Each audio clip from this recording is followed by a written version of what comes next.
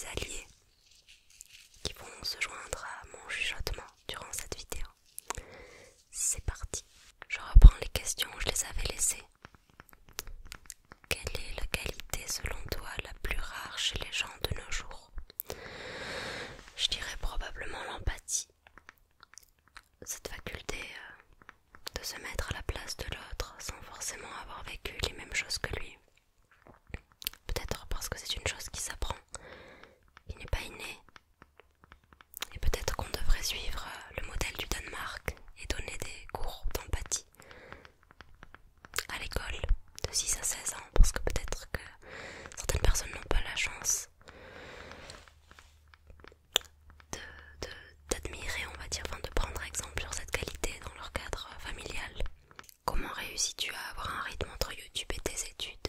Eh bien, cette année, je ne suis plus étudiante, donc j'ai la chance de pouvoir me concentrer à 100% sur mon contenu ASMR et mon contenu chant.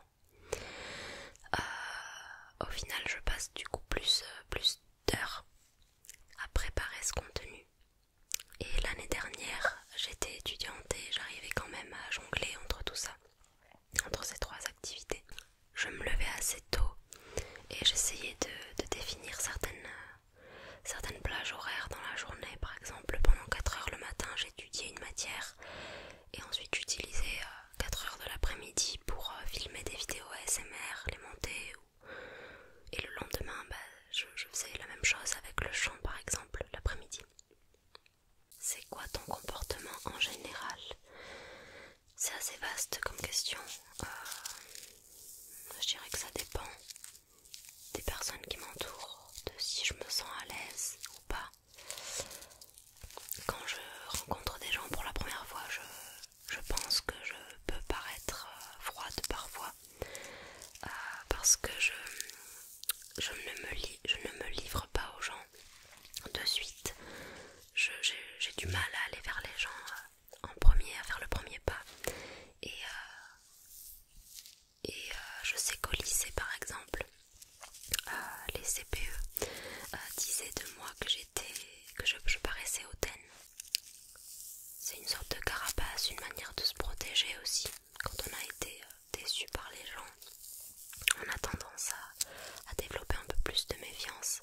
Sinon, je suis assez réceptive, malgré le fait que je ne fasse pas le premier pas. Si quelqu'un ose le faire avec moi, eh bien, je serai très gentille. Voilà. Et puis après, vous savez, il y a le feeling ou pas. Il y a des gens avec qui on se sent à l'aise de suite, comme si on les connaissait depuis toujours, et d'autres avec qui ça n'accroche pas, ça ne fonctionne pas. C'est pas grave pour autant. Par contre, quand je suis dans ma sphère privée, donc avec des gens que je connais, qui me connaissent, alors là je suis beaucoup plus fofolle, on va dire, plus extravagante, plus joyeuse, plus bavarde aussi. Quel est ton plus grand défaut et ta plus grande qualité? Mon plus grand défaut, je pense que c'est l'impatience. Oui, je n'aime pas attendre. Et par contre j'y travaille, hein. Je travaille dessus parce que y a des projets par exemple qui nécessitent du temps pour voir le jour. Et parfois ça en vaut la peine. Et ma plus grande qualité, celle qui fait le plus de bien aux gens autour de moi, en tout cas je pense que c'est l'empathie. Crois-tu en Dieu? Alors je ne répondrai pas avec précision à cette question, tout simplement parce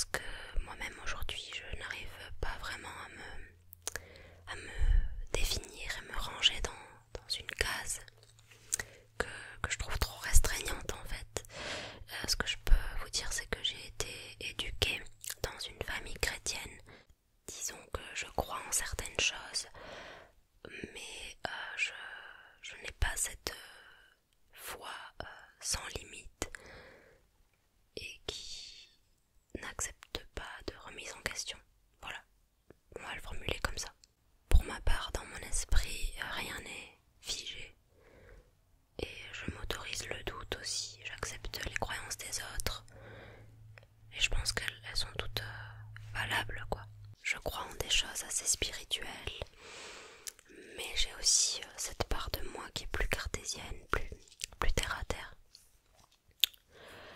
plus scientifique on va dire. Ça dépend juste des moments de ma vie, et parfois je vais avoir besoin d'aller chercher mes réponses d'un côté, et parfois de l'autre, et en fait je me tourne vers ce qui me fait du bien à l'instant T, sans me mettre dans une catégorie ou une religion précise ou un mouvement précis, enfin voilà. Es-tu déjà allé en Guadeloupe? Non, je n'y suis jamais allée.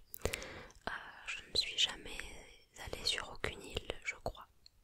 Quels sont tes modèles dans la vie de tous les jours? Alors d'abord ma maman, c'est une femme forte qui a eu à faire face à beaucoup d'épreuves dans sa vie et qui s'en est toujours relevée. On partage beaucoup de choses ensemble. Je pense que ma personnalité a de nombreux points communs avec la sienne. Et on partage aussi cette passion du chant.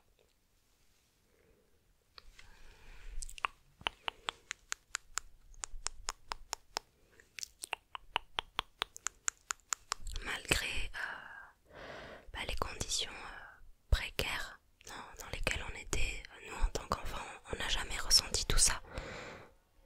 Elle s'est toujours démenée pour nous offrir la meilleure vie possible. Voilà. Et sinon, personnalité connue, c'est Selena Gomez. Je la suis depuis Les Sorciers d'Overly Place. Je l'aime autant en tant qu'actrice que chanteuse. J'aime sa façon d'être, ce qu'elle laisse transparaître dans ses interviews. Et je sais pas, je la vois un peu comme une grande sœur. Ça peut paraître bizarre de dire ça d'une personne connue. Mais ouais, j'ai vraiment grandi avec ses chansons en regardant ses séries, ses films, avec un tas de posters d'elle dans ma chambre, et j'ai commencé à chanter avec ses chansons aussi, donc voilà. Et maintenant je prends les questions posées sur mon compte Insta. À quand les lives TikTok? Alors il y en a un très bientôt, le samedi 30 avril, ce samedi là qui arrive à partir de 20h, donc n'hésitez pas à venir me suivre, me faire un petit coucou, ça me ferait plaisir parce que c'est mon vrai premier live ASMR. Et sinon il n'y en aura pas de façon récurrente, genre pas toutes les semaines, pas 3 fois par semaine, ça colle pas non plus à mon rythme de vie et au rythme de vie qu'entretiennent les personnes qui m'entourent. Voilà, tout simplement. Mais ça pourra être quelque chose qu'on fera de façon ponctuelle, de temps en temps. Combien de tatouages as-tu? Pourrais-tu nous les montrer? J'en ai que 2. Et souvent on croit que j'en ai plus parce que celui que j'ai à l'avant-bras droit est assez grand. Attendez, je vous le montre. Et j'en ai un autre ici. Je prévois d'en faire d'autres, mais c'est un certain budget que pour l'instant je n'ai pas. Pourquoi pas, oui, une vidéo tracing sur mes tatouages, ça pourrait être cool en vrai, en vous expliquant un peu la signification et tout ça. Pourquoi pas. Quelle vidéo préfères-tu tourner? Les attentions personnelles, j'aime beaucoup. Les vidéos blabla toutes simples, j'adore aussi. Les roleplay par contre, c'est vraiment le plus fun. C'est plus de préparation en amont, mais c'est vraiment fun à tourner. As-tu déjà fait The Voice? Sinon, penses-tu le faire? J'ai déjà tenté les castings de The Voice à 2 reprises, je crois. Je sais même plus pour vous dire, parce que des castings j'en ai fait pas mal, même pour d'autres émissions. Et on m'a jamais recontacté après la première étape. Les gens le savent pas forcément. Quand on voit les auditions à l'aveugle, on se dit oui bon bah voilà, c'est les participants qui arrivent au départ et après il y a un filtrage qui s'effectue petit à petit durant l'émission, mais pas du tout. Il y a 4 ou 5 auditions non télévisées avant les auditions à l'aveugle. Voilà. Donc il y a des présélections et si on passe pas toutes ces étapes, on n'a pas la chance de faire les auditions à l'aveugle, puis les battles, les directs, tout ça. C'est un parcours du combattant. Et ça ne garantit en aucun cas une carrière. Enfin, voilà, c'est une petite poignée de personnes qui ont la chance de participer à l'émission. Et tant mieux pour eux, c'est une émission que j'aime regarder. Mais j'y ai investi beaucoup de temps, beaucoup d'argent, beaucoup d'énergie, beaucoup d'espoir. Jusqu'à présent, ça a été de la déception qui en a découlé pour ma part.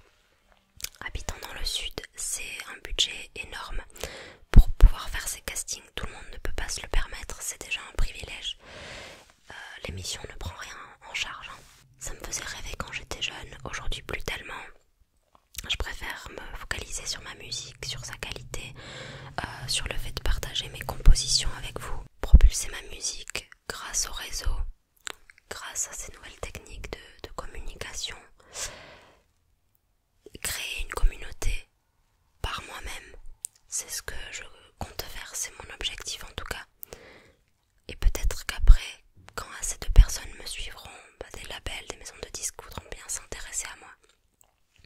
Peut-être. Les émissions de télé, c'est trop incertain et n'habitant pas sur Paris, c'est très compliqué. En plus, la seule fois où j'ai passé des castings jusqu'au bout, où j'ai été sélectionnée pour faire une vraie émission télé, elle a pas marché, elle a été déprogrammée au bout de 2 semaines. Et pourtant, l'argent je l'avais investi, le temps aussi, l'énergie aussi. Voilà pourquoi je préfère passer 6 mois à préparer mon EP que passer 6 mois à me préparer pour une émission qui ne va rien m'apporter au bout. Tu préfères le chant ou la SMR? Alors, j'imagine que quand tu parles de ces deux activités, tu fais référence à la part active que je prends dans chacune d'entre elles. Pas en tant que meuf qui regarde de la SMR ou meuf qui écoute de la musique, mais plutôt en tant que meuf qui chante et meuf qui fait de la SMR. Alors, c'est une question compliquée, mais je pense que je répondrai toujours le chant parce que c'est mon premier amour. Je cultive cette passion depuis plus longtemps que la SMR. En revanche, peut-être que la SMR pendant une période a été une passion plus saine pour moi que le chant. Comment vous expliquer ça? Je ne sais pas si vous connaissez le modèle dualiste, le modèle de la passion dualiste de Vaillant. Et c'est très intéressant. Ça montre comment une passion peut être harmonieuse ou obsessive. La passion obsessive, elle s'intériorise par des contingences externes, on va dire, des causes externes. Et elle peut être associée à des sentiments négatifs et elle peut devenir obsessionnelle. Au final, elle n'apporte pas que du bien à l'individu qui est passionné. Or, la passion harmonieuse, elle s'intériorise de manière naturelle et elle est liée à des sentiments positifs. Elle ne prend pas trop de place dans la vie de l'individu non plus. Et la SMR ne me procure pas les mêmes choses que le chant. La SMR, quand je le pratique moi-même, il faut savoir que je me mets dans un état de relaxation intense aussi. Et c'est une passion peut-être qui est plus altruiste parce que je fais aussi du bien aux gens en la pratiquant. Avec le chant, c'est une manière pour moi d'extérioriser mes émotions, qu'elles soient positives ou négatives. Donc en ce sens-là, oui, c'est une chose positive. Mais pour moi, elle a aussi été liée à beaucoup de difficultés dans ma vie. Et elle est la source de certains de mes malheurs.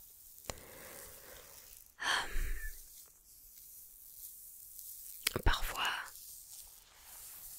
c'est devenu obsessionnel pour moi de chanter. Ce que je ressens pour le chant, c'est très très fort, c'est très passionnel au final. Et il y a aussi beaucoup d'ego dans cette passion, parce que c'est lié forcément à la recherche du succès. On a envie que ça marche, on a envie que nos chansons soient écoutées, on a envie d'être entendu, d'être vu.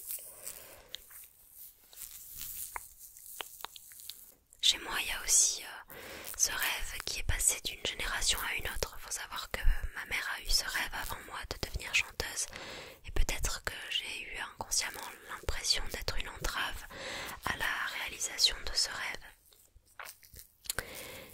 Et peut-être que j'essaie d'être le prolongement de ma mère et de le réaliser à sa place aussi, ce rêve. Enfin, pour moi, pour elle, pour nous deux, mais aussi pour notre famille. J'espère qu'un jour je connaîtrai ce sentiment de réussite. La SMR, il est moins viscéral pour moi. Il est important aussi, mais d'une autre manière. Voilà, il y a un équilibre entre ces deux choses.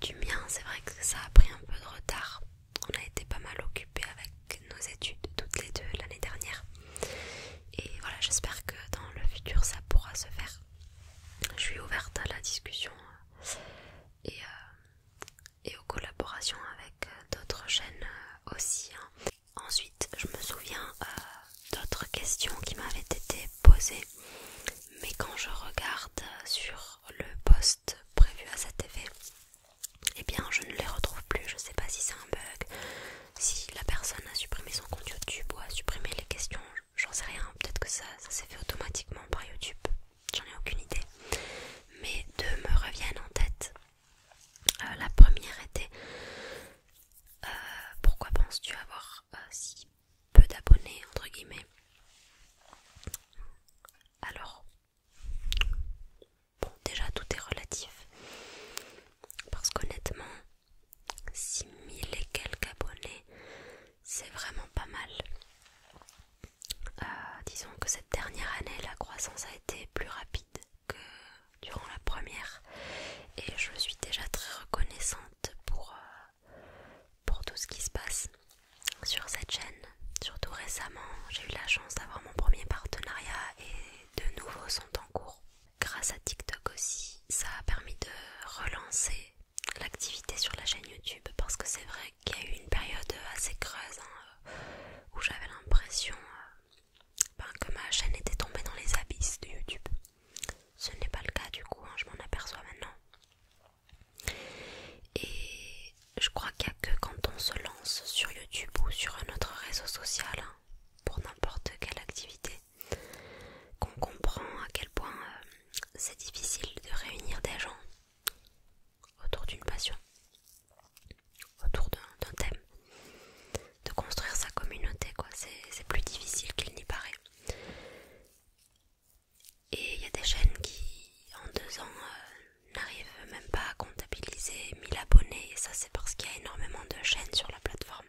Enfin, je pense. La SMR, c'était encore un domaine où il y avait encore une ouverture, on va dire, il y a quelques temps. Ça restait assez rare. Les chaînes étaient plus rares, surtout les chaînes françaises. Et plus il y a de monde sur une même affaire, un même objectif, on va dire, et moins on a de chances d'être l'élu, de faire partie des élus. Mais voilà, c'est comme pour tout, parfois il y a un facteur chance, hasard qu'on ne saisit pas bien. C'est un mélange de causes, parfois c'est l'algorithme aussi qui nous met moins en avant. Il y a des chaînes qui ont la chance de décoller en moins d'1 an, de prendre 100 000 abonnés en 6 mois, c'est possible, ça arrive. Et d'autres qui se construisent plus progressivement, plus lentement. Ça ne veut pas dire que le résultat sera pas le même au final. Peut-être que ma chaîne un jour aura 100 000 abonnés, personne ne peut le prédire. Ce qui est sûr, c'est que je vais continuer à créer mon contenu avec passion et à l'adapter à ce qui vous plaît. Et je me rappelle d'une autre de tes questions qui était quel est ton plus gros échec et ta plus grande réussite. Je crois que c'était à peu près formulé comme ça. Mes plus gros échecs sont liés à ma passion pour le chant justement, et à ce grand rêve qu'il y a derrière. Toutes ces fois où j'ai été refusée à des castings, à ma période au lycée où on a clairement rabaissé mon travail et on a dévalorisé ma voix. Ces fois aussi où j'ai fait des malaises sur scène parce que j'avais développé comme une phobie des gens, du regard des gens. Ces fois où je pensais que ça allait être la vidéo qui allait m'apporter le succès escompté. Ces fois où je pensais que cette chanson-là, elle allait faire beaucoup plus d'écoute que ce qu'elle en a fait. Voilà, ça c'est mes plus gros échecs.